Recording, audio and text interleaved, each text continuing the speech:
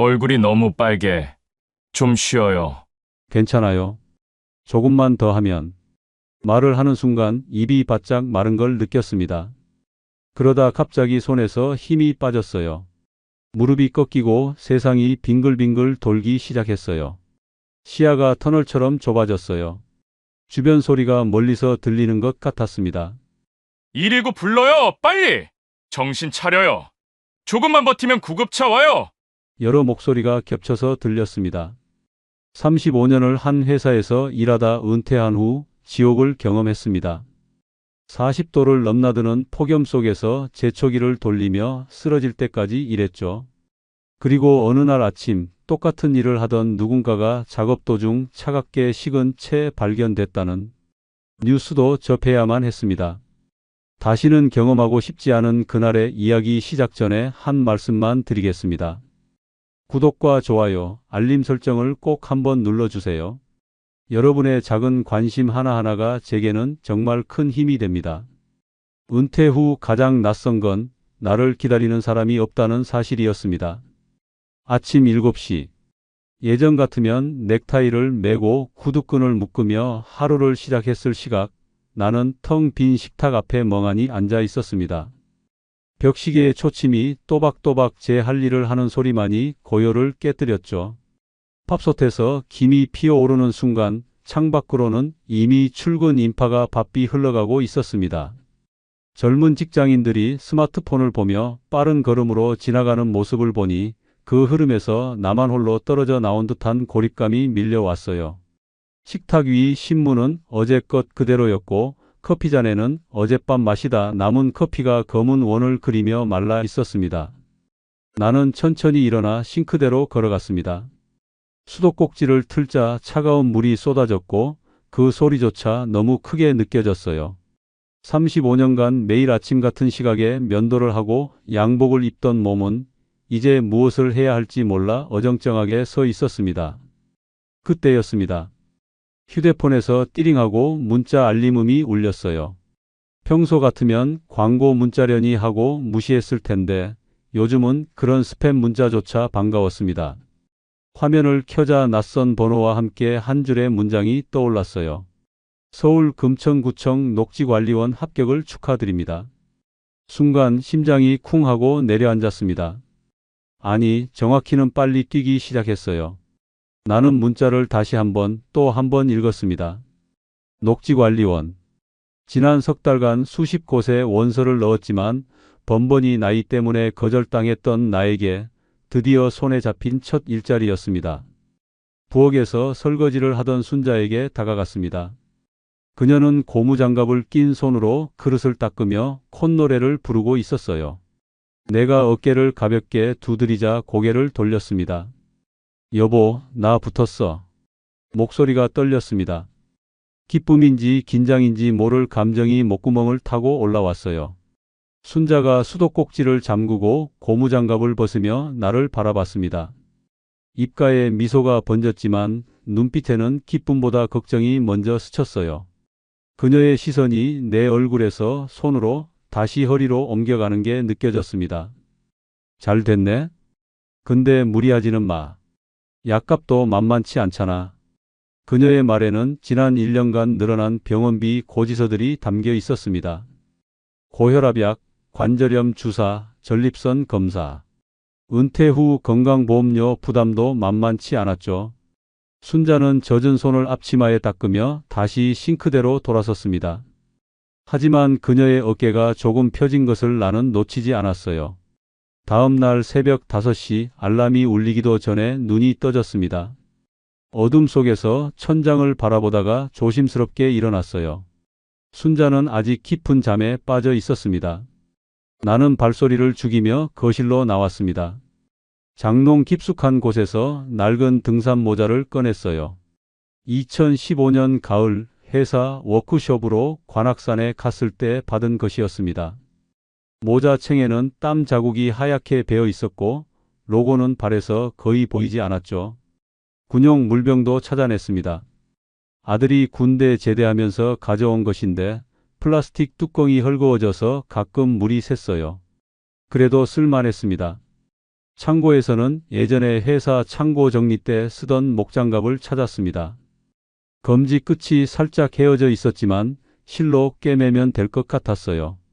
새 장비를 살 여유는 없었으니 있는 것으로 버티는 수밖에 없었습니다. 6시 30분 집을 나섰습니다. 아파트 현관문을 열자 차가운 공기가 얼굴을 스쳤어요. 버스 정류장까지 걸으며 오랜만에 출근하는 기분을 느꼈습니다.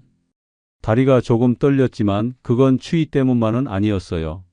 버스를 타고 가는 길 휘발유 냄새가 코끝을 스쳤습니다. 손잡이는 새벽 공기에 차갑게 식어 있었고 손바닥에 닿을 때마다 짜릿한 감각이 전해졌어요. 창밖으로는 아직 잠에서 깨지 않은 도시가 서서히 몸을 풀고 있었습니다. 가로등은 하나둘 꺼지기 시작했고 동쪽 하늘에는 붉은 기운이 번지고 있었죠. 버스가 공원 옆을 지날 때 나는 유심히 창밖을 내다봤습니다. 잡초가 무성하게 자란 화단, 가지가 축 늘어진 나무들, 여기저기 흩어진 낙엽들. 앞으로 내가 매일 마주하게 될 풍경이었어요. 햇볕과 그늘이 교차하는 경계선이 유난히 눈에 들어왔습니다. 저 경계를 넘나들며 일하게 되겠구나 생각하니 가슴이 두근거렸어요. 구청에 도착하자 아직 사람이 많지 않았습니다. 엘리베이터를 타고 3층으로 올라가니 형광등이 반짝거리는 사무실이 나타났습니다. 벽에는 각종 안전 포스터가 붙어 있었고 한쪽 구석에는 빗자루와 삽 같은 도구들이 세워져 있었어요. 어서 오세요. 신입분이시죠? 젊은 여직원이 밝게 인사했습니다. 그녀는 나를 작은 회의실로 안내했어요. 이미 대여섯 명이 앉아 있었는데 대부분 나와 비슷한 연배였습니다. 다들 어색한 표정으로 서로를 훔쳐보고 있었어요. 오전 8시 정각 오리엔테이션이 시작됐습니다. 팀장 박영호가 들어왔어요. 40대 중반쯤 되어 보이는 그는 깔끔한 정장을 입고 있었습니다. 친절한 미소를 지으며 우리를 둘러봤죠. 안녕하세요. 녹지관리팀장 박영호입니다. 여러분을 모시게 되어 기쁩니다. 그의 목소리는 부드러웠지만 어딘가 사무적인 느낌이 있었어요. 안전수칙, 출퇴근 기록 방식, 민원 대응 원칙을 설명하는 동안 나는 열심히 메모했습니다.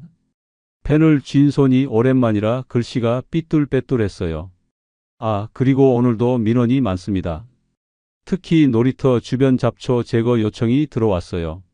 첫날부터 죄송하지만 바로 현장 투입하겠습니다. 팀장의 말에 방 안 공기가 무거워졌습니다. 다들 고개를 끄덕였지만 눈빛에는 불안이 스쳤어요. 그때 문이 열리고 한 노인이 들어왔습니다. 허리가 약간 굽었지만 걸음걸이는 단단해 보였어요. 팀장이 소개했습니다. 이분은 최만석 선생님이십니다. 71세이신데도 우리 팀 에이스예요. 신입분들 잘 이끌어 주실 겁니다. 만석이 우리를 향해 고개를 숙였습니다. 그의 손등에는 굳은 살이 울퉁불퉁 솟아 있었고 왼쪽 무릎에는 보호대를 차고 있었어요. 햇볕에 그을린 얼굴에는 깊은 주름이 패여 있었지만 눈빛만은 또렷했습니다. 잘 부탁드립니다. 처음엔 힘들어도 금방 적응하실 거예요. 그의 목소리는 쉬어 있었습니다. 아마 오랜 세월 먼지를 마시며 일한 탓이겠죠. 배정표를 받았습니다. 내 이름 옆에는 햇볕이 강하게 드는 남쪽 구역이 표시되어 있었어요. 지도를 보니 그늘이 거의 없는 공터였습니다. 가슴 한구석에 작은 불안이 씨앗처럼 박혔어요. 점심시간 구청 앞 김밥집에서 김밥과 식혜를 샀습니다. 저렴한 가격이 마음에 들었어요. 만석과 나란히 앉아 김밥을 먹었습니다. 그가 물통 뚜껑을 열자 보리차 향이 퍼졌어요. 여름엔 지옥입니다. 특히 폭염 시즌은. 그가 웃었지만 그 웃음 속에는 오래된 피로가 스며 있었습니다. 김밥을 씹으며 그의 구부러진 손가락을 봤어요. 관절마다 테이핑이 감겨 있었습니다. 그래도 일할 수 있다는 게 어디입니까? 집에만 있으면 사람이 녹슬어요. 그의 말에 고개를 끄덕였습니다. 나도 같은 생각이었으니까요. 오후 작업을 마치고 퇴근하는 길 다리가 묵직했습니다. 졸음이 쏟아졌어요. 아파트 현관 앞에 도착했을 때는 해가 지고 있었습니다. 열쇠를 꺼내려 주머니를 뒤적이는데 손이 떨렸어요. 피곤해서인지 긴장이 풀려서인지 알 수 없었습니다. 집에 들어서자 순자가 현관으로 나왔습니다. 내 얼굴을 보더니 미간을 찌푸렸어요. 첫날인데 얼굴이 왜 이렇게 벌겋게 탔어? 자외선 차단제는 발랐어? 나는 억지로 웃으며 신발을 벗었습니다. 괜찮아. 아직 할만해. 욕실 거울 앞에 섰습니다. 정말로 얼굴이 붉게 달아올라 있었어요. 이마에는 땀 자국이 하얗게 남아 있었고 목덜미는 따가웠습니다. 하지만 거울 속 내 눈빛은 오랜만에 살아 있었어요. 다시 일하는 남자. 필요한 사람. 그 느낌이 낯설면서도 반가웠습니다. 샤워를 하며 오늘 하루를 되돌아봤습니다. 허리와 종아리에 묵직한 통증, 뜨거운 햇볕, 무거운 도구들. 쉽지 않을 거라는 걸 알았어요. 하지만 포기하고 싶지는 않았습니다. 아니, 포기할 수 없었죠. 이것이 내게 주어진 마지막 기회일지도 모르니까요. 침대에 누워 천장을 바라봤습니다. 순자는 이미 깊은 잠에 빠져 있었어요. 창밖으로 아파트 불빛들이 하나둘 꺼지고 있었습니다. 내일도 새벽에 일어나야 한다는 생각에 눈을 감았어요. 그런데 이상하게도 자려고 누우니 잠이 오지 않았습니다. 가슴 한구석에서 무언가가 꿈틀거렸어요. 기대감인지 불안감인지 아니면 그 둘 다인지. 첫 실무 투입날 새벽 공기는 어제보다 더 무거웠습니다. 창고에서 제초기를 받아들었을 때 그 무게에 순간 팔이 축 늘어졌어요. 15kg은 좋게 되어 보이는 기계였습니다. 젊은 시절 같았으면 가볍게 들었을 텐데 이제는 두 손으로 겨우 받쳐 들 수 있었죠. 등에 매는 끈을 조이자 어깨가 바로 비명을 질렀습니다. 시동 거는 법 아시죠? 젊은 직원이 물었습니다. 나는 고개를 끄덕였지만 사실 제초기는 처음이었어요. 시동줄을 잡아당기는데 생각보다 힘이 들었습니다. 한 번, 두 번, 세 번째가 되어서야 부르릉 소리와 함께 기계가 살아났어요. 굉음이 온몸을 흔들었습니다. 귀마개를 꼈지만 진동은 뼈 속까지 파고들었어요. 손잡이를 쥔 손바닥이 저릿저릿했고 기계가 울릴 때마다 내 몸도 같이 떨렸습니다. 제초기 날이 풀을 베어내는 순간 잘린 풀들이 사방으로 튀었어요. 바지 끝으로 파고드는 풀 조각들이 따가웠습니다. 30분이 지나자 허리가 먼저 항복을 선언했습니다. 구부정한 자세로 기계를 들고 있으니 척추 마디마디가 삐걱거렸어요. 어깨는 이미 감각이 무뎌져 있었고 손목은 계속되는 진동에 빨갛게 부어올랐습니다. 잠시 쉬려고 제초기를 내려놓고 장갑을 벗었더니 손바닥에 물집이 생기기 시작했어요. 투명한 물집이 엄지와 검지 사이에 볼록 솟아 있었습니다. 침을 발라봤지만 따가운 건 마찬가지였죠. 아저씨, 거기 더 깎아주세요. 산책로를 지나던 중년 여성이 소리쳤습니다. 그녀가 가리킨 곳은 이미 2번이나 지나간 구역이었어요. 하지만 확실히 듬성듬성 풀이 남아 있었습니다. 나는 다시 제초기를 들었습니다. 시동을 걸자 배기가스가 코를 찔렀어요. 전정가위로 나무가지를 다듬는 작업은 더 고역이었습니다. 팔을 머리 위로 들고 있어야 해서 금세 팔이 저려왔어요. 가위날이 무뎌서 힘을 더 줘야 했고 그러다 손목을 삐끗했습니다.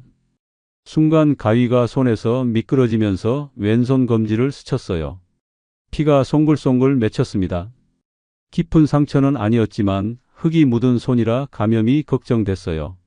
주머니에서 휴지를 꺼내 대충 감았습니다. 붉은 피가 하얀 휴지에 번지는 걸 보니 이 일이 만만치 않다는 게 실감났어요. 오전 10시 잡초 제거를 하던 중이었습니다. 삽으로 뿌리째 캐내려는데 흙 속에서 뭔가 날카로운 게 느껴졌어요. 조심스럽게 흙을 걷어내자 깨진 소주병 조각이 나왔습니다. 초록색 유리 파편이 햇빛에 반짝였어요. 조금만 더 세게 삽질했더라면 장갑을 뚫고 손을 다쳤을 겁니다. 주변을 더 파보니 담배꽁초, 비닐봉지, 심지어 주사기까지 나왔어요. 공원이 밤에는 다른 얼굴을 하고 있다는 걸 새삼 깨달았습니다. 집게를 꺼내 조심스럽게 쓰레기를 주웠어요. 집게를 다루는 것도 서툴러서 몇 번이나 놓쳤습니다. 허리를 굽혔다 폈다 반복하니 등이 뻐근했어요. 시간이 지날수록 태양이 본격적으로 자결하기 시작했습니다. 아침엔 조금 불어오던 바람도 이제는 뜨거운 열기만 실어 날랐어요. 목이 타들어갔습니다. 물통을 꺼내 마시려는데 뚜껑이 제대로 닫히지 않아 물이 반이나 새어 있었어요. 남은 미지근한 물을 한 모금 마셨지만 갈증은 더 심해졌습니다. 그늘을 찾아 이동했지만 오전과 오후의 태양 각도를 계산하지 못한 탓에 일하는 동선이 엉망이 되었어요. 처음엔 그늘진 곳에서 일하려 했는데 시간이 지나면서 해가 이동하니 그늘이 사라졌습니다. 결국 한낮에 떼약볕 아래서 일해야 했어요. 화장실 어디 있어요? 지나가던 할아버지에게 물었더니 공원 반대편을 가리켰습니다. 걸어가 보니 문이 잠겨 있었어요. 관리사무소에 가서 열쇠를 받아와야 한다고 적혀 있었습니다. 그런데 관리사무소는 또 공원 입구에 있었죠. 왔다 갔다 하는 것만으로도 진이 빠졌습니다. 결국 참기로 했어요. 그러자 자연스럽게 물도 덜 마시게 됐습니다. 목은 타는데 물을 마시면 화장실이 가고 싶어질까봐 참는 악순환이 시작됐어요. 점심시간이 되어 만석을 다시 만났습니다. 그는 나무 그늘 아래 돗자리를 깔고 앉아 있었어요. 도시락을 펼치는 그의 손놀림이 익숙해 보였습니다. 초짜들은 다 그래요. 몸이 적응하는데 시간이 걸리죠. 그가 김치를 씹으며 말했습니다. 나는 편의점 김밥을 뜯으며 고개를 끄덕였어요. 손가락이 떨려서 비닐을 뜯는 것도 쉽지 않았습니다. 저도 처음엔 일주일을 못 버틸 줄 알았어요. 매일 집에 가서 쓰러져 잤죠. 그런데 사람이 참 신기한 게 버티다 보면 적응이 돼요. 만석의 말에 위로를 받으려 했지만 그의 구부정한 허리와 부은 무릎을 보니 오히려 두려움이 커졌습니다. 저렇게 되기 전에 내 몸이 버텨줄까? 오후 작업이 시작됐습니다. 팀장 영호가 왔어요. 여기 치우는 거 좀 서둘러 주세요. 민원이 또 들어왔어요. 그의 목소리가 다급하게 들려왔습니다. 그런데 잠시 후 그가 누군가와 통화하는 소리가 희미하게 들렸어요. 아, 과장님. 맞습니다. 너무 깨끗하게 치우면 오히려 삭막하죠. 네, 제가 딱 보기 좋게 조경할 수 있도록 옆에서 딱 지켜보고 있겠습니다. 우리에게는 빨리 치우라고 하면서 윗사람에게는 정반대로 말하는 팀장. 나는 빗자루를 쥔 손에 힘이 빠지는 걸 느꼈습니다. 그래도 오후 3시쯤 산책 나온 할머니 한 분이 다가왔어요. 수고 많으세요. 공원이 깨끗해져서 산책하기 좋네요. 주름진 얼굴에 핀 미소가 따뜻했습니다. 그 작은 칭찬 하나에 생각보다 쉽게 용기가 솟았어요. 누군가는 내 일을 알아봐 주는구나. 그 생각에 다시 빗자루를 들 수 있었습니다. 그러나 오후 4시가 되자 몸이 한계를 알렸습니다. 갑자기 종아리가 딱딱하게 굳어지기 시작했어요. 쥐가 나려는 신호였습니다. 급하게 다리를 펴고 주물렀지만 근육이 돌처럼 단단해졌어요. 벤치에 앉아 다리를 주무르는데 식은땀이 흘렀습니다. 지나가는 사람들이 이상한 눈으로 쳐다봤어요. 그들 눈에는 그저 게으른 미화원으로 보였겠죠. 하지만 일어설 수가 없었습니다. 다리가 내 말을 듣지 않았어요. 겨우 일어나 절뚝거리며 도구를 정리했습니다. 무거운 제초기를 다시 들어 창고로 가져가는 길이 천리말리 같았어요. 등에 식은땀이 흘렀고 작업복은 몸에 찰싹 달라붙었습니다. 퇴근 시간 다른 직원들은 씻고 갈아입고 나왔지만 나는 탈의실 의자에 주저앉아 한참을 쉬어야 했어요. 숨이 거칠게 나왔고 심장이 불규칙하게 뛰었습니다. 거울에 비친 내 얼굴은 새빨갛게 상기되어 있었어요. 이마와 목덜미의 피부가 따가웠습니다. 자외선에 그대로 노출된 하루였어요. 집으로 가는 버스를 기다리는데 다리가 후들거려서 벽에 기대서 있어야 했습니다. 버스가 와도 계단을 오르기가 힘들었어요. 겨우 자리에 앉자마자 졸음이 쏟아졌습니다. 하지만 종아리의 통증 때문에 제대로 잠들 수도 없었죠. 아파트 입구에 도착했을 때는 해가 완전히 져 있었습니다. 엘리베이터를 기다리는 동안 벽에 기댔어요. 집 문 앞에서 열쇠를 꺼내다가 떨어뜨렸습니다. 허리를 굽혀 줍는 그 간단한 동작조차 고역이었어요. 문을 열고 들어가자 순자가 현관으로 나왔습니다. 내 얼굴을 보자마자 그녀의 표정이 굳었어요. 어머, 얼굴이 왜 이래? 빨가다 못해 잿빛이야. 그녀가 내 이마에 손을 대봤습니다. 차가운 그녀의 손이 닿자 내 피부가 얼마나 뜨거운지 알 수 있었어요. 이러다 쓰러지겠어. 당장 그만둬. 순자의 목소리에 걱정과 화가 섞여 있었습니다. 나는 억지로 웃으며 대답했어요. 괜찮아. 아직 할만해. 며칠 지나면 적응될 거야. 하지만 내 목소리에는 확신이 없었습니다. 욕실로 들어가 거울을 봤어요. 얼굴과 목이 벌겋게 익어 있었고 이마에는 하얀 소금기가 말라붙어 있었습니다. 손바닥에 물집은 더 커져 있었고 손목은 부어 있었어요. 아직도 손이 덜덜 떨리는 것만 같았죠. 샤워기에서 찬물이 쏟아졌습니다. 피부에 닿자 따가웠어요. 햇볕에 탄 살가지 물에 닿을 때마다 아팠습니다. 종아리를 주무르니 근육이 뭉쳐 있는 게 만져졌어요. 침대에 누웠지만 잠이 오지 않았습니다. 온몸이 쑤시고 아팠어요. 내일 또 일어나서 출근해야 한다는 생각에 두려움이 밀려왔습니다. 내 안에서 자존심과 체력 사이의 충돌이 본격적으로 시작됐습니다. 일하는 사람으로 남고 싶은 마음과 몸이 보내는 위험 신호 사이에서 갈등이 깊어졌어요. 창밖에서 구급차 사이렌 소리가 멀리서 들려왔습니다. 그 소리가 유독 가깝게 느껴지는 밤이었어요. 일주일이 지났습니다. 몸은 조금씩 적응하고 있었지만 마음은 오히려 더 무거워졌어요. 월요일 아침 조회 시간이었습니다. 구청 강당에 녹지 관리원들이 모두 모였어요. 팀장 영호가 서류 뭉치를 들고 들어왔습니다. 그의 정장은 언제나 말끔했고 머리는 단정하게 빗어 넘겨져 있었죠. 우리의 흙 묻은 작업복과는 대조적이었습니다. 오늘 안전 브리핑부터 하겠습니다. 영호가 준비한 문서를 읽기 시작했어요. 목소리는 부드러웠지만 기계적이었습니다. 기온이 30도를 넘으면 한낮 작업은 자제하시고 매 시간마다 15분씩 휴식을 취하시기 바랍니다. 물은 충분히 섭취하시고 어지럼증이나 두통이 있으면 즉시 작업을 중단하세요. 규정은 완벽했습니다. 하지만 그가 테이블 위에 내려놓은 것은 전혀 다른 이야기를 담고 있었어요. 일일 작업량 표였습니다. 빼곡하게 적힌 구역들과 마감 시간들.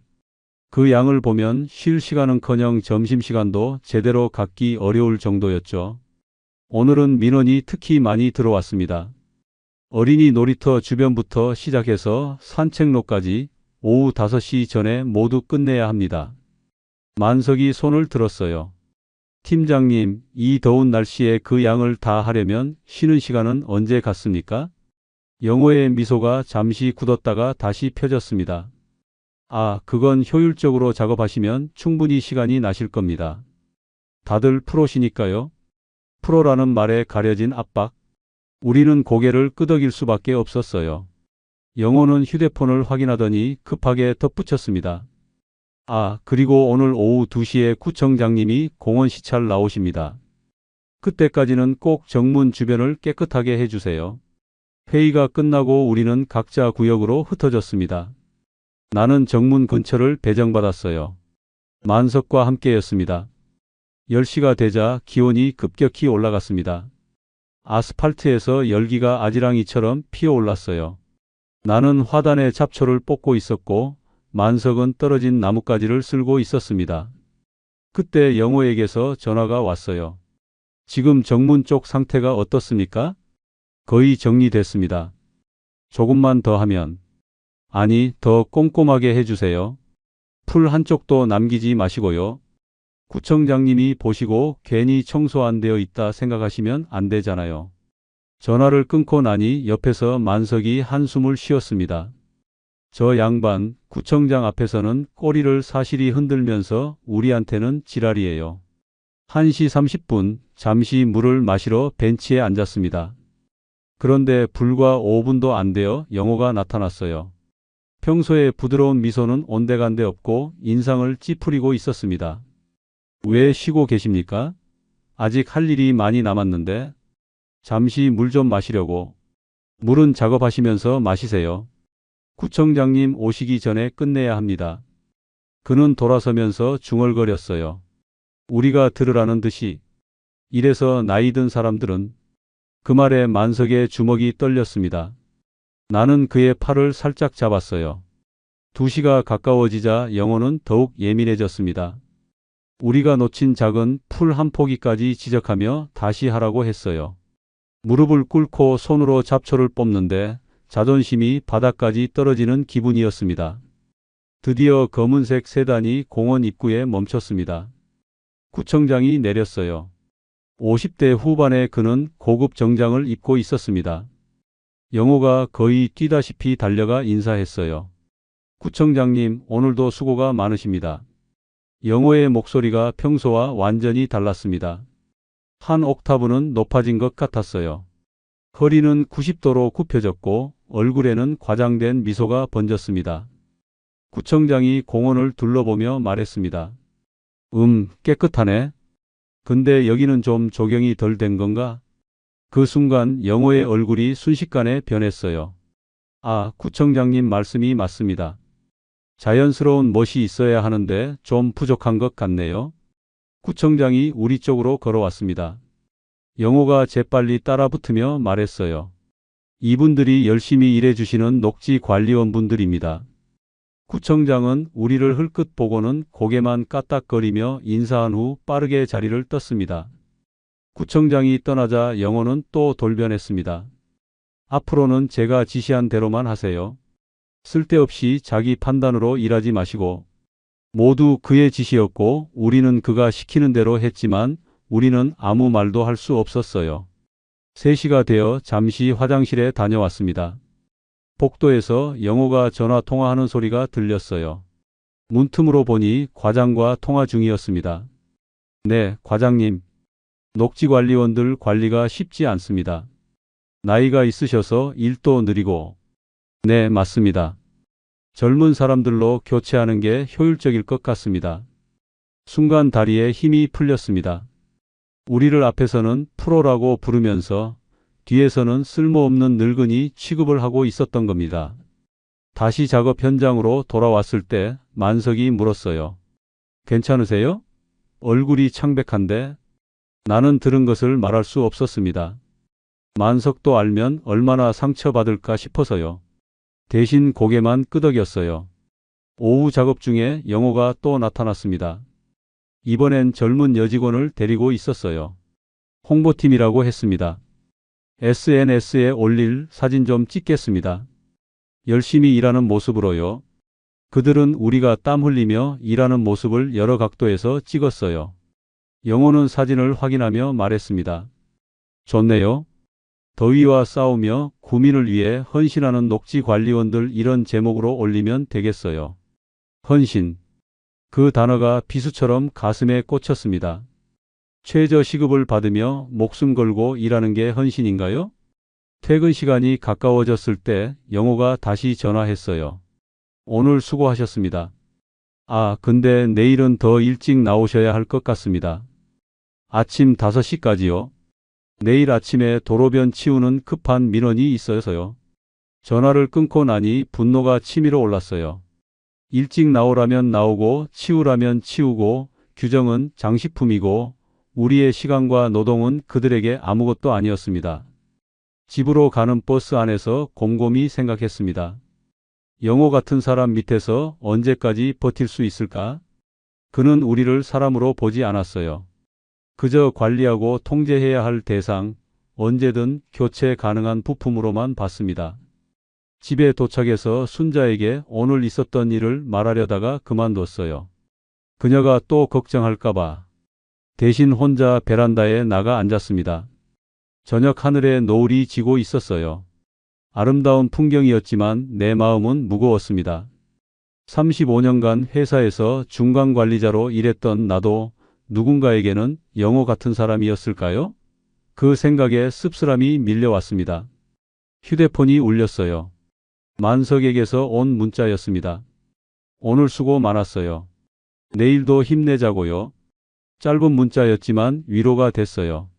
적어도 우리끼리는 서로를 이해하고 있다는 것. 그것만이 이 일을 계속할 수 있는 이유였습니다. 내일 아침 5시. 또다시 그 지옥 같은 하루가 시작될 것입니다. 나는 알람을 맞추며 한숨을 쉬었어요. 이제 더 이상 돌아갈 수 없는 길에 들어섰다는 것을 알면서도 앞으로 나아갈 수밖에 없었습니다. 아침인데도 공기가 무겁고 끈적였습니다. 작업복을 입는 순간부터 등에 땀이 배어 나왔죠. 오늘은 공원 북쪽 끝 쓰레기가 많이 쌓이는 숲속을 정리하는 날이었습니다. 만석과 함께 작업 도구를 들고 현장으로 향했어요. 그의 걸음걸이가 평소보다 느렸습니다. 왼쪽 다리를 절룩이는 게 더 심해 보였어요. 무릎이 또 아프신가 봐요. 내가 조심스럽게 물었더니 그가 쓴웃음을 지었습니다. 장마철에는 항상 이래요. 습도가 높으면 더 쑤시죠. 파스 붙이고 왔으니 괜찮습니다. 하지만 그의 이마에는 이미 식은 땀이 맺혀 있었어요. 쓰레기 더미 앞에 도착했을 때 악취가 코를 찔렀습니다. 며칠간 비가 와서 치우지 못한 쓰레기들이 썩어가고 있었어요. 검은 비닐봉지들이 터져서 내용물이 흘러나와 있었고 파리떼가 윙윙거리며 날아다녔습니다. 이걸 다 손으로 옮겨야 해요. 만석이 장갑을 끼며 말했습니다.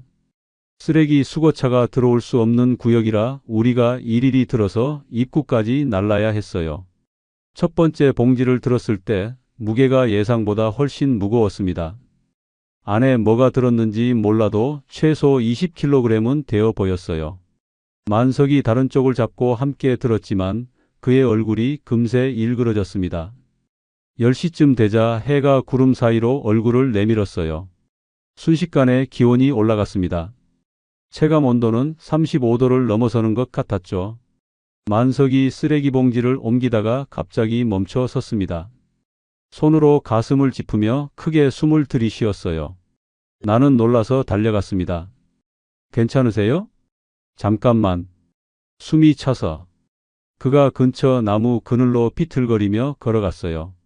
나는 급하게 물통을 꺼내 그에게 건넸습니다. 하지만 물통 속 물은 이미 뜨거워져 있었죠. 그래도 만석은 목을 축였습니다. 미안해요. 잠시만 쉬면 괜찮아질 거예요. 그가 나무에 기대 앉으며 말했어요. 얼굴이 창백했고 셔츠는 땀으로 흠뻑 젖어 있었습니다. 나는 그의 목 뒤에 물을 조금 부어 식혀줬어요. 119 부를까요? 아니요, 괜찮습니다. 정말로. 만석이 고개를 저었습니다. 그의 눈에는 두려움이 있었어요. 구급차를 부르면 일을 못하게 될까봐 겁내는 눈빛이었죠. 10분쯤 쉬고 나서 그가 다시 일어섰습니다. 하지만 손이 떨리고 있었어요. 쓰레기 봉지를 잡으려 하자 나는 그를 말렸습니다. 제가 혼자 하겠습니다. 좀 더 쉬세요. 그럴 수 없죠. 같이 해야지.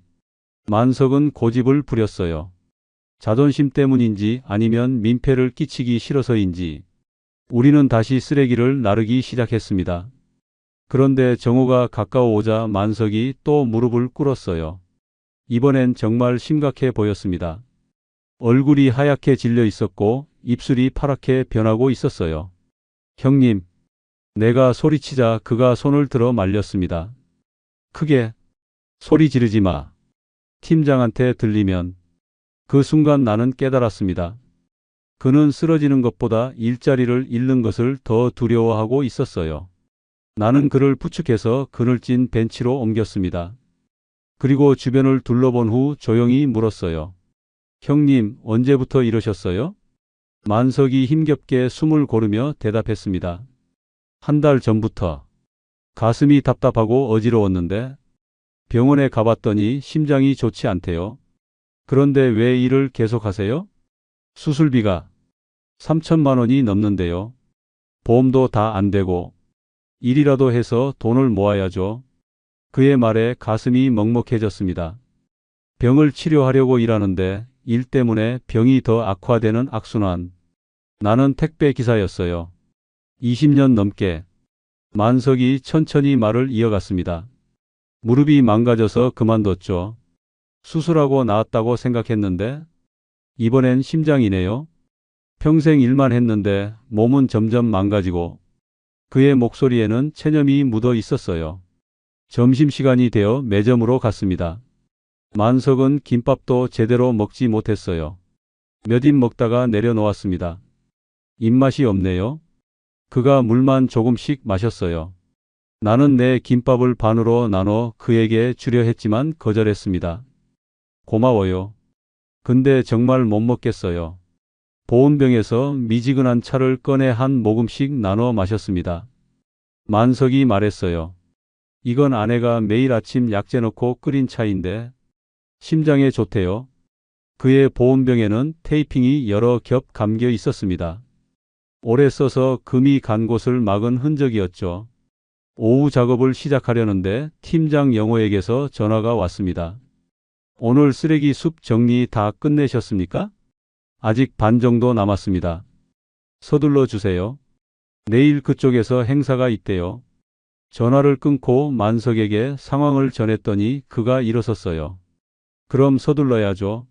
하지만 그의 다리는 제대로 서 있지도 못할 정도로 떨리고 있었습니다. 나는 그를 다시 앉혔어요. 제가 팀장님께 보고하겠습니다. 형님은 좀 쉬셔야 해요. 안 돼요. 그러면 저를 자르려고 할 거예요. 만석이 내 팔을 잡았습니다. 그의 손은 차갑고 축축했어요. 나는 그의 만류에도 불구하고 팀장 영호에게 전화를 걸었습니다. 팀장님, 만석 선생님이 좀 안 좋으셔서. 괜찮대요? 그럼 잠시 쉬라고 하시고요. 나머지 분들은 오늘 할당량 마저 끝내야죠. 영호의 반응은 예상대로였습니다. 사람보다 일이 먼저였어요. 나는 혼자서 남은 쓰레기를 치우기 시작했습니다. 만석은 벤치에서 지켜보며 미안해했어요. 정말 미안해요. 내가 같이 해야 하는데. 형님, 미안해하지 마세요. 저도 언젠가는 형님 도움이 필요할 거예요. 3시쯤 되자 만석의 상태가 조금 나아진 것 같았어요. 얼굴에 혈색이 돌아왔고 숨소리도 편안해졌습니다. 그가 일어나며 말했어요. 이제 괜찮아요.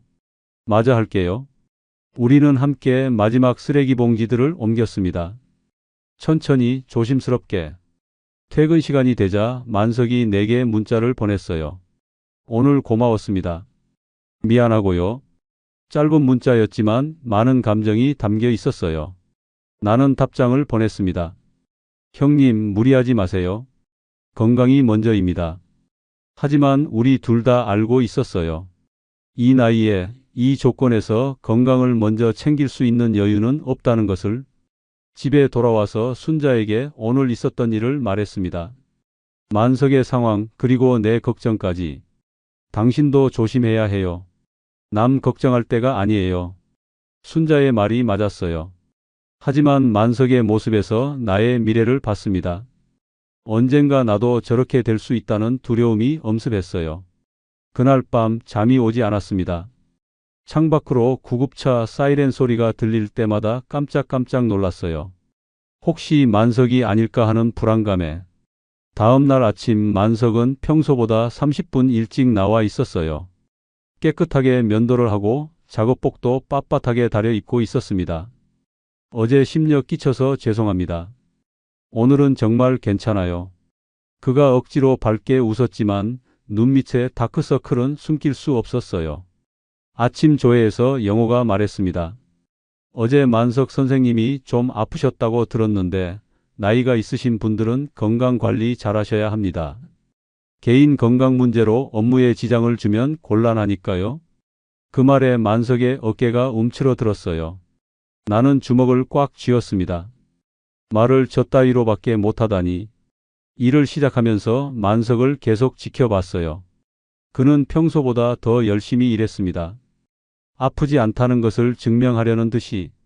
하지만 가끔씩 멈춰 서서 가슴을 짚는 모습이 보였어요. 이 일이 얼마나 위험한지, 우리가 얼마나 위태로운 상황에서 일하고 있는지 뼈저리게 느꼈습니다. 하지만 그만둘 수도 없는 현실이었죠. 만석 형님의 모습은 곧 나의 모습이 될 수도 있다는 경고였어요. 8월 기상청은 올해 최악의 폭염을 예고했습니다. 아침 6시에 일어났을 때 이미 기온은 27도를 넘어서고 있었어요. 창문을 열자 후끈한 열기가 얼굴을 때렸습니다. 공기가 뜨겁고 무거워서 숨쉬기조차 힘들었죠. 순자가 부엌에서 보리차를 끓이고 있었어요. 오늘은 정말 더울 것 같아. 조심해. 그녀가 얼린 물통 2개를 건넸습니다. 하지만 이런 날씨엔 얼음도 금세 녹을 게 뻔했어요. 구청에 도착했을 때 이미 다들 지쳐 보였습니다. 에어컨이 나오는 대기실에서 잠시 쉬었지만 곧 밖으로 나가야 한다는 생각에 오히려 더 답답했어요. 오전 9시 작업을 시작했습니다. 오늘은 가장 햇볕이 강한 남쪽 광장을 정리하는 날이었어요. 그늘이라곤 찾아볼 수 없는 텅 빈 공간이었죠. 제초기를 메고 걷는 것만으로도 숨이 찼습니다. 무거운 기계가 등을 짓누르고 뜨거운 배기가스가 얼굴로 올라왔어요.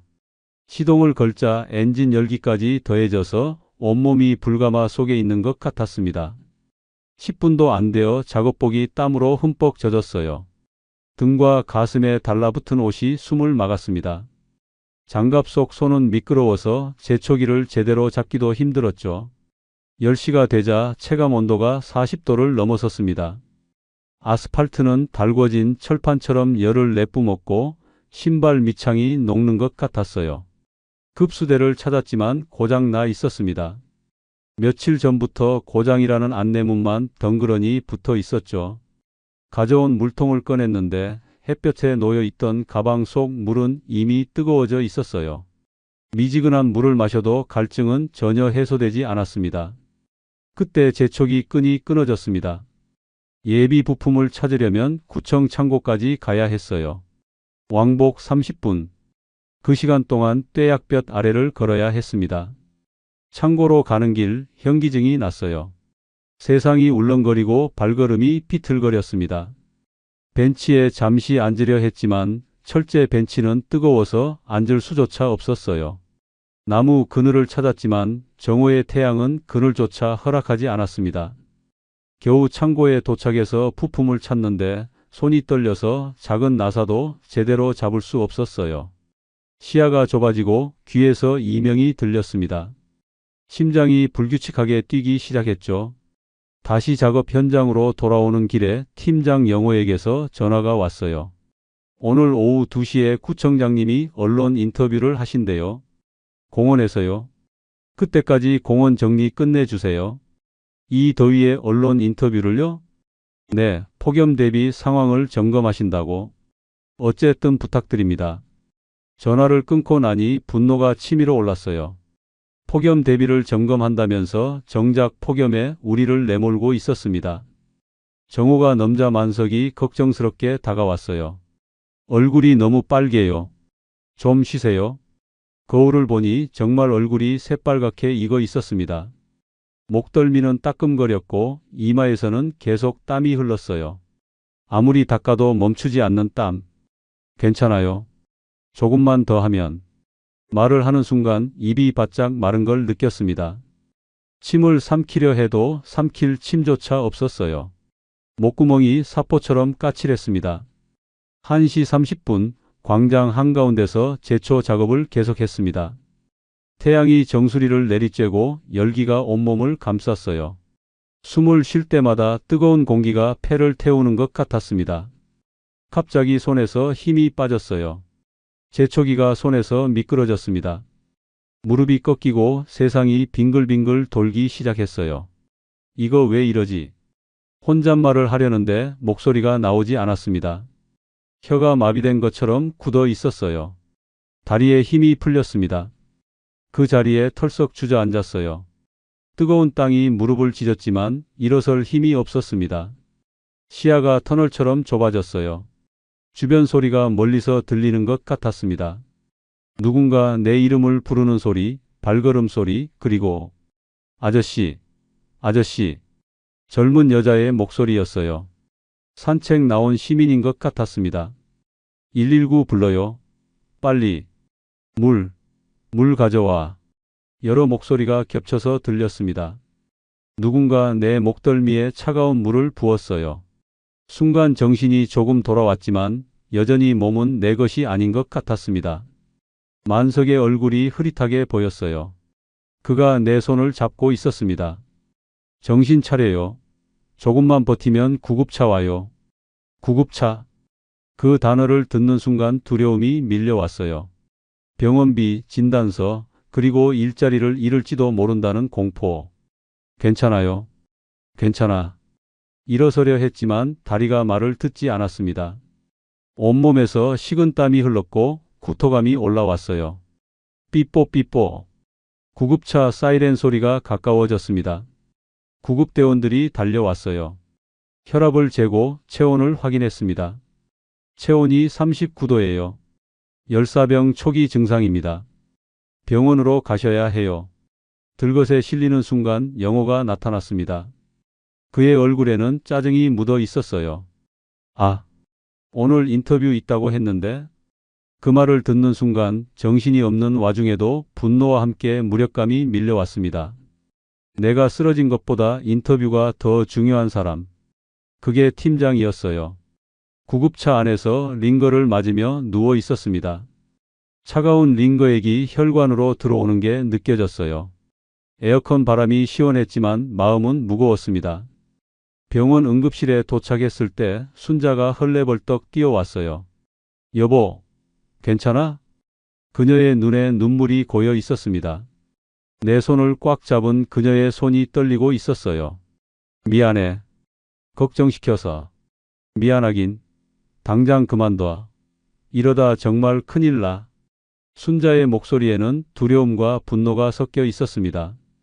의사가 진단 결과를 설명했어요. 다행히 빨리 조치해서 큰일은 없습니다. 하지만 앞으로 조심하셔야 해요. 이 나이에 이런 강도 높은 야외 작업은 위험합니다. 열사병. 그 단어가 무겁게 가슴을 눌렀어요. 병실에서 하루를 보냈습니다. 링거를 맞으며 천장을 바라봤어요. 창밖으로 여전히 뜨거운 햇살이 쏟아지고 있었습니다. 만석이 문병을 왔어요. 과일 봉지를 들고. 괜찮으세요? 형님이 더 걱정이에요. 형님도 조심하세요. 만석이 씁쓸하게 웃었습니다. 우리 나이에 조심한다고 되나? 그저 버티는 거예요. 그의 말이 맞았어요. 우리는 버티고 있었습니다. 건강과 목숨을 담보로. 저녁 영호에게서 문자가 왔어요. 빨리 회복하세요, 어르신. 복귀 가능한 날짜 알려주시고요. 위로인지 압박인지 모를 문자. 나는 답장하지 않았습니다. 순자가 병실 의자에서 졸고 있었어요. 그녀를 보며 생각했습니다. 내가 무엇을 위해 이 일을 하고 있는가? 가족을 위해서라고 했지만 정작 가족을 걱정시키고 있었어요. 밤이 깊어가는데 잠이 오지 않았습니다. 내일, 모레, 그리고 앞으로의 날들이 두려웠어요. 다시 그 폭염 속으로 돌아가야 한다는 생각에 나는 눈을 감았습니다. 하지만 눈을 감아도 보이는 건 뜨거운 태양과 끝없는 잡초뿐이었어요. 사막은 TV 속에만 있는 줄 알았습니다. 하지만 오늘, 내일터도 사막이었어요. 그리고 나는 그 사막에서 쓰러진 낙타였습니다. 병원에서 3일을 보냈습니다. 첫날은 거의 의식이 몽롱했어요.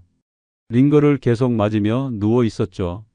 둘째 날부터 정신이 돌아왔지만 몸은 여전히 천근만근이었습니다. 셋째 날 의사가 회진을 왔어요. 혈액 검사 결과 전해질 불균형이 심했습니다. 탈수가 상당히 진행됐었어요. 조금만 늦었으면 정말 위험했을 겁니다. 의사의 표정이 진지했습니다. 차트를 넘기며 계속 말했어요. 연세도 있으신데 이런 강도 높은 야외 작업은 권하지 않습니다. 특히 이런 폭염에는 더욱 위험해요. 순자가 옆에서 고개를 끄덕였습니다. 그녀의 눈빛이 나를 향해 뭔가 말하고 있었어요. 그만둬라, 제발. 퇴원날 아침 병원비 수납 창구 앞에서 한참을 망설였습니다. 응급실 비용과 입원비를 합치니 80만 원이 넘었어요. 산재 처리를 하려 했지만 절차가 복잡했고 승인이 날지도 불확실했습니다. 순자가 카드를 꺼냈어요. 그녀의 손이 떨리는 걸 봤습니다. 우리에게 80만 원은 작은 돈이 아니었으니까요. 집으로 돌아오는 택시 안에서 순자가 말했습니다. 이제 그만해. 돈이 뭐가 중요해? 당신이 없으면 무슨 소용이야? 그녀의 목소리가 떨렸어요. 나는 차창 밖을 바라봤습니다. 여전히 뜨거운 햇살이 도시를 태우고 있었죠. 집에서 이틀을 더 쉬었습니다. 몸은 회복됐지만 마음은 무거웠어요. 영호에게서 계속 문자가 왔습니다. 언제 복귀하시나요? 인력이 부족합니다. 빨리 연락 주세요. 압박하는 문자들. 하지만 나는 답장하지 않았어요. 무엇을 어떻게 답해야 할지 모르겠더군요. 만석에게서도 문자가 왔습니다. 건강은 어때요? 걱정됩니다. 그의 문자는 따뜻했지만 오히려 더 마음이 아팠어요. 그를 두고 떠나야 한다는 생각 때문에. 닷새째 되는 날 아침 나는 결심했습니다. 거울 앞에 서서 내 얼굴을 봤어요. 햇볕에 탄 자국이 아직도 선명했고 눈가에는 깊은 주름이 패여 있었습니다. 69세. 이 나이에 목숨 걸고 일할 이유가 있을까요? 정장을 꺼내 입었습니다. 넥타이까지 맸어요. 마지막 출근이니 단정하게 가고 싶었습니다. 일부러 조회 시간보다 일찍 갔습니다. 다른 직원들을 마주치기가 부담스러웠거든요. 팀장 영호에게 찾아가 옆자리에 섰습니다. 영호가 서류를 보다가 고개를 들었어요. 나를 보고 잠시 놀란 표정을 지었습니다. 오, 복귀하셨군요. 몸은 괜찮으세요? 형식적인 인사였어요. 그의 눈빛은 이미 다른 곳을 향하고 있었습니다. 나는 준비해 온 사직서를 꺼냈습니다. 하얀 봉투가 손에서 떨렸어요. 오늘로 그만두겠습니다. 순간 사무실이 조용해졌습니다. 영호가 사직서를 받아들고는 한숨을 쉬었어요. 예상은 했습니다. 병원에 계실 때부터 그러실 것 같았어요. 계속 답장도 없으시고. 그의 말투가 담담했습니다. 아쉬움도 만류도 없었어요. 마치 오래된 장비를 교체하듯 사무적이었죠. 알겠습니다. 오늘 날짜로 처리하겠습니다. 인수인계할 것도 별로 없으니 장비만 반납해 주세요. 그게 전부였어요. 2개월 동안 땀 흘리며 일한 것에 대한 평가나 위로는 없었습니다. 영호가 전화를 들었어요. 내가 아직 앞에 있는데도. 인사팀이죠? 녹지관리원 1명 공석입니다. 오늘부로요? 네, 빨리 충원 부탁드립니다. 나는 조용히 사무실을 나왔습니다. 복도를 걸으며 허탈함을 느꼈어요. 내가 그들에게는 그저 자리 하나, 숫자 하나였구나. 창고로 가서 장비를 반납했습니다. 며칠간 땀이 배어 있던 장갑과 모자를 내려놓으니 묘한 허전함이 남았어요. 장비 관리하는 젊은 직원이 체크리스트를 확인했습니다. 다 반납되셨네요. 수고하셨습니다. 그 한마디가 오늘 들은 유일한 위로였어요. 휴게실로 가니 만석이 앉아 있었습니다. 나를 보자 일어섰어요. 정말 그만두는 거예요? 그의 눈에 아쉬움이 가득했습니다. 나는 고개를 끄덕였어요. 형님, 죄송합니다. 먼저 가서. 죄송하긴요? 살아서 나가는 게 이기는 겁니다. 만석이 내 손을 꼭 잡았어요. 거친 손이었지만 따뜻했습니다. 저도 조금만 더 버티다가 따라갈게요. 건강하게 지내고요. 그의 말에 코끝이 찡했습니다. 정말 그가 무사히 이곳을 떠날 수 있을까요? 사물함을 정리했어요. 여분의 양말, 수건, 파스 몇 개. 별것 없었지만 하나하나가 추억이었습니다. 첫날 긴장하며 넣어뒀던 물건들. 밖으로 나오니 동료들이 작업 준비를 하고 있었어요. 모두 땀에 젖은 작업복을 입고 무거운 장비를 메고 있었습니다. 나도 어제까지는 저들 중 하나였죠. 한 명씩 인사를 했습니다. 건강하세요. 수고 많으셨습니다. 조심히 가세요. 짧은 인사들. 하지만 진심이 담겨 있었어요. 우리는 같은 고통을 나눈 전우였으니까요. 구청을 나서며 뒤를 돌아봤습니다.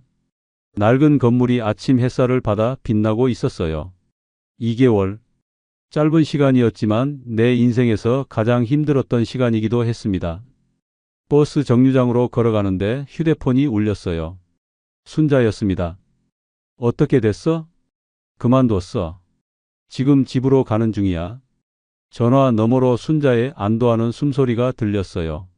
잘했어. 정말 잘했어. 그녀의 목소리에 눈물이 섞여 있었습니다. 집으로 가는 버스 안에서 창밖을 봤어요. 공원을 지나가는데 녹지 관리원들이 일하는 모습이 보였습니다. 뜨거운 햇볕 아래서 묵묵히 일하는 사람들. 며칠 전까지 나도 저기 있었죠. 집에 도착하자 순자가 현관에서 기다리고 있었어요. 나를 보자 달려와 안겼습니다. 고생했어. 정말 수고했어. 그녀의 품이 따뜻했어요. 이 포옹은 말이었습니다. 잘했다, 고맙다, 이제 괜찮다. 거실 소파에 앉아 천장을 봤습니다. 몸은 피곤했지만 마음은 가벼웠어요.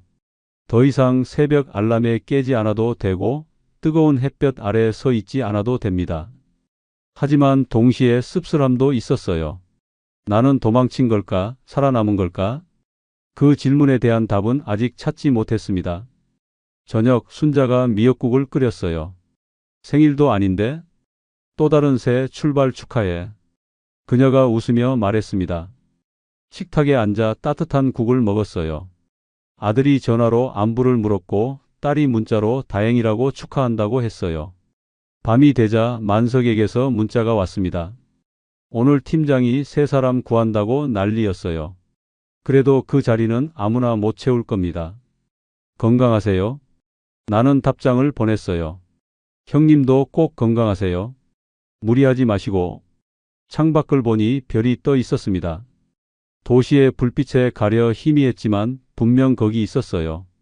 순자가 차를 가져왔어요. 보이차. 따뜻한 차를 마시며 우리는 오랫동안 대화했습니다. 앞으로 무엇을 할지, 어떻게 살아갈지. 불안하지만 희망도 있었어요. 나는 살아남았습니다. 그리고 이제 새롭게 살아가야 합니다. 사직한 지 일주일째 되던 날이었습니다. 새벽 5시 습관적으로 눈이 떠졌어요. 몸이 아직도 출근 시간을 기억하고 있었습니다. 하지만 이제는 서둘러 일어날 필요가 없었죠. 그저 천장을 바라보며 누워 있었습니다. 거실로 나가 TV를 켰어요.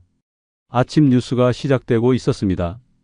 앵커의 차분한 목소리가 흘러나왔죠. 오늘 새벽 날씨입니다. 전국적으로 폭염특보가 계속되고 있습니다. 리모컨을 들어 채널을 돌리려는 순간 화면 하단에 속보 자막이 떴습니다. 서울 영등포구 공원에서 일하던 녹지관리원 숨져. 순간 손이 멈췄습니다. 심장이 쿵 하고 내려앉았어요. 리모컨을 쥔 손이 떨리기 시작했습니다. 화면이 현장 영상으로 바뀌었어요. 노란 경찰 테이프가 둘러진 공원.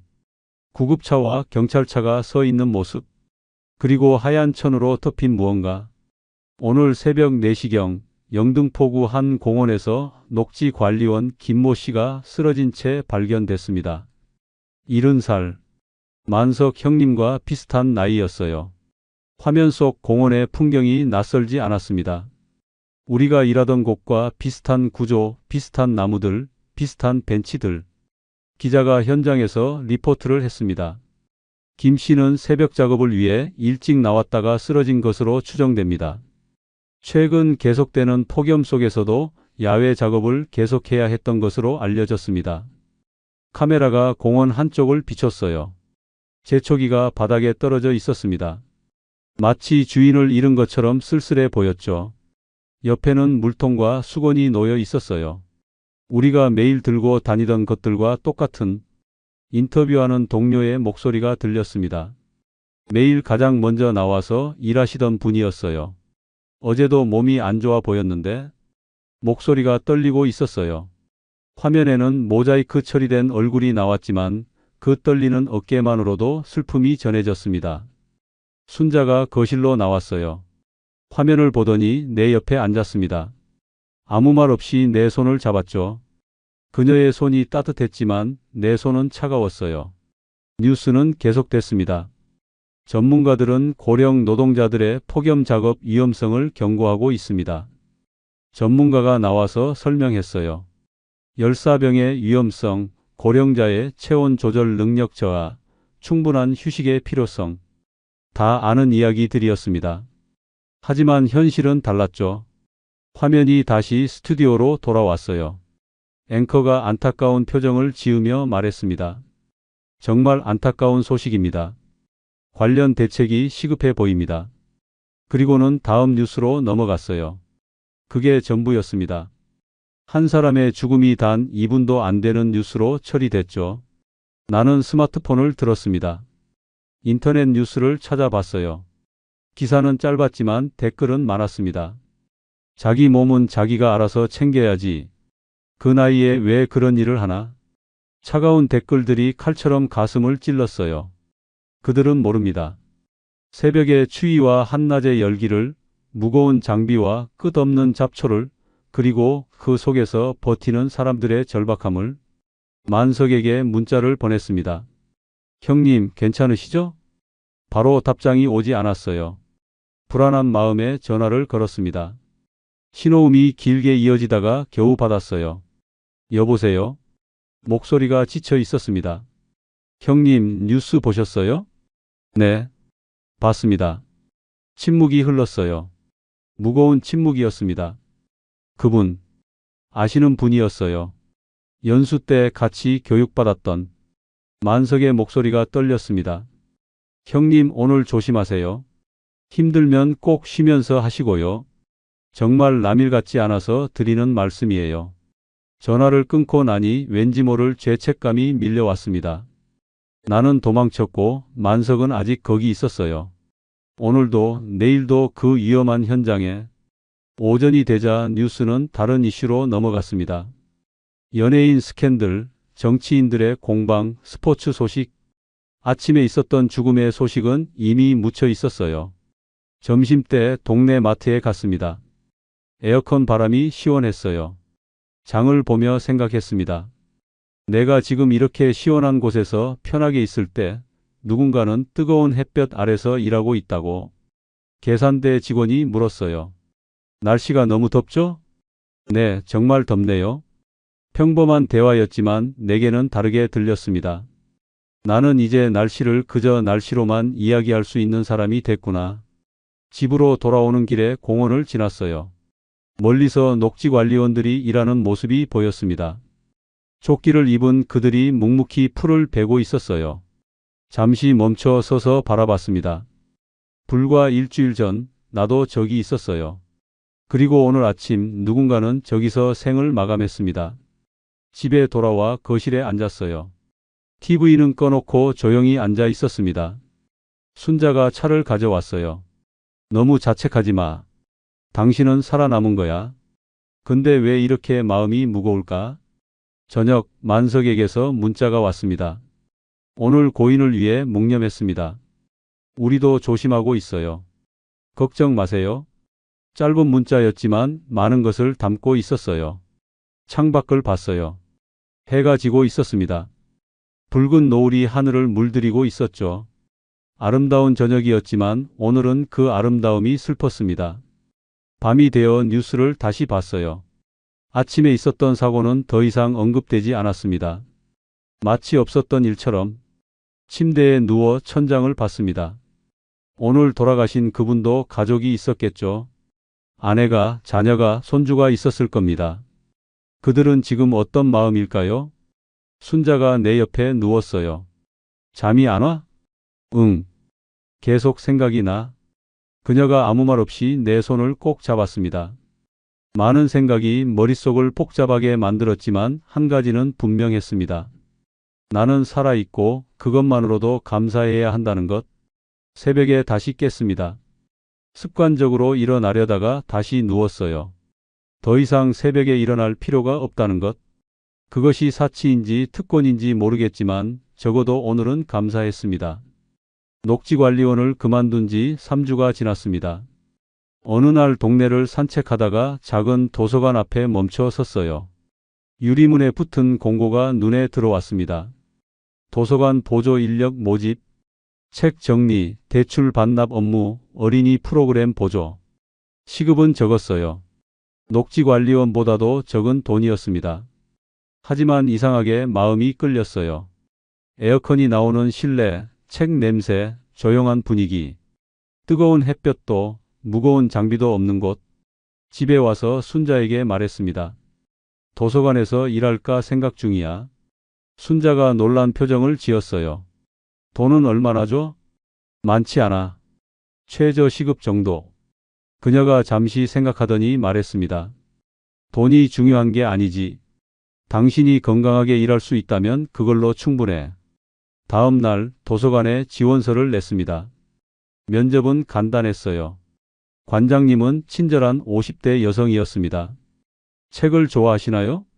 네, 좋아합니다. 은퇴 후에 읽고 싶은 책들이 많았는데 기회가 없었어요. 아이들은 어떠세요? 손주들이 있어서. 아이들 좋아합니다. 일주일 후 합격 통보를 받았어요. 첫 출근 날 도서관 입구에 선이 긴장됐어요. 하지만 정과는 다른 긴장이었습니다. 두려움이 아닌 설렘이 섞인. 도서관은 아담했습니다. 2층 건물에 열람실, 어린이 자료실, 일반 자료실이 있었어요. 직원은 사서 2명과 보조 인력 3명. 작지만 따뜻한 곳이었죠. 첫 업무는 반납된 책을 제자리에 꽂는 일이었습니다. 십진 분류법을 배우는데 시간이 걸렸어요. 800번대가 문학이고 900번대가 역사라는 것. 처음엔 헷갈렸지만 차차 익숙해졌습니다. 책을 들고 서가 사이를 걸어 다니는 일은 생각보다 편했어요. 무거운 백과사전도 제 초기에 비하면 깃털 같았습니다. 에어컨 바람이 시원했고 카펫이 깔린 바닥은 푹신했어요. 점심시간 직원 휴게실에서 도시락을 먹었습니다. 젊은 사서가 말을 걸었어요. 적응하시기 어떠세요? 좋아요. 조용하고 쾌적해서. 처음엔 다들 책 분류가 어렵다고 하시던데 금방 익숙해지실 거예요. 오후에는 대출 반납 업무를 배웠습니다. 바코드를 찍고 반납일을 확인하고 연체료를 계산하는 일. 컴퓨터를 다루는 게 서툴렀지만 천천히 배워나갔어요. 그런데 첫날부터 실수를 했습니다. 한 이용자의 책을 잘못된 서가에 꽂아놨던 거예요. 사서가 발견하고 지적했습니다. 이 책은 철학 코너가 아니라 종교 코너에 가야 해요. 100번대와 200번대를 구분하셔야 합니다. 얼굴이 빨개졌어요. 하지만 사서의 말투는 부드러웠습니다. 질책이 아닌 가르침이었죠. 처음엔 누구나 실수해요. 저도 처음 일할 때 온갖 실수를 다 했어요. 그녀의 미소가 따뜻했습니다. 팀장 영호의 차가운 지적과는 달랐어요. 일주일이 지나자 조금씩 적응됐습니다. 규칙적인 업무 패턴을 익혔어요. 아침에는 반납함 정리, 오전에는 서가 정리, 오후에는 대출 반납 업무. 그러던 어느 날 관장님이 제안했습니다. 어린이들에게 동화책 읽어주는 프로그램이 있는데 해보시겠어요? 순간 망설였습니다. 아이들 앞에서 책을 읽는다니. 할 수 있을까? 한번 해보겠습니다. 목요일 오후 3시 어린이 자료실에 5명의 아이들이 모였어요. 6살에서 8살 정도 되어 보였습니다. 반짝이는 눈으로 나를 쳐다봤어요. 선택한 책은 괴물들이 사는 나라였습니다. 첫 장을 넘기는 손이 떨렸어요. 목소리도 떨렸습니다. 옛날에. 처음엔 어색했어요. 목소리가 너무 작아서 아이들이 잘 못 듣는 것 같았습니다. 하지만 점점 이야기에 빠져들었어요. 목소리에 감정을 실었고 괴물이 나오는 장면에서는 으르렁거렸습니다. 아이들이 깔깔 웃었어요. 한 아이가 말했습니다. 할아버지 목소리 너무 좋아요. 진짜 괴물 같아요. 그 한마디에 자신감이 생겼습니다. 프로그램이 끝나고 한 엄마가 다가왔어요. 아이가 너무 좋아했어요. 다음 주에도 오세요, 어르신? 네, 매주 목요일에 있을 거예요. 집으로 돌아가는 길 발걸음이 가벼웠습니다. 오랜만에 느끼는 성취감이었어요. 순자에게 오늘 있었던 일을 말했더니 웃었습니다.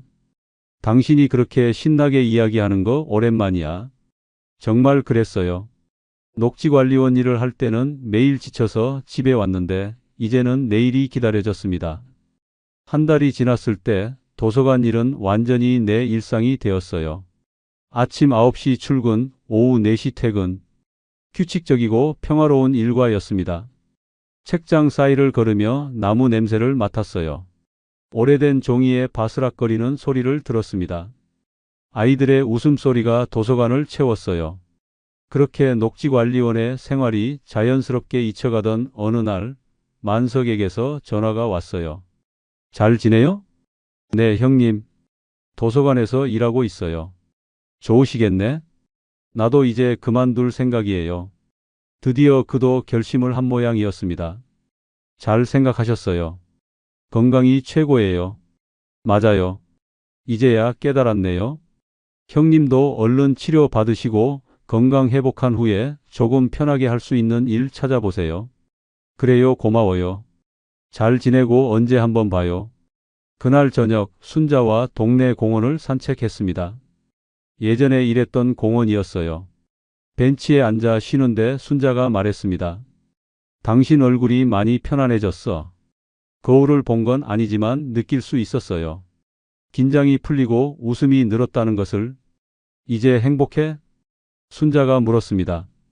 응. 돈은 적지만 마음은 풍요로워. 그녀가 내 손을 잡았어요. 그게 진짜 행복이지.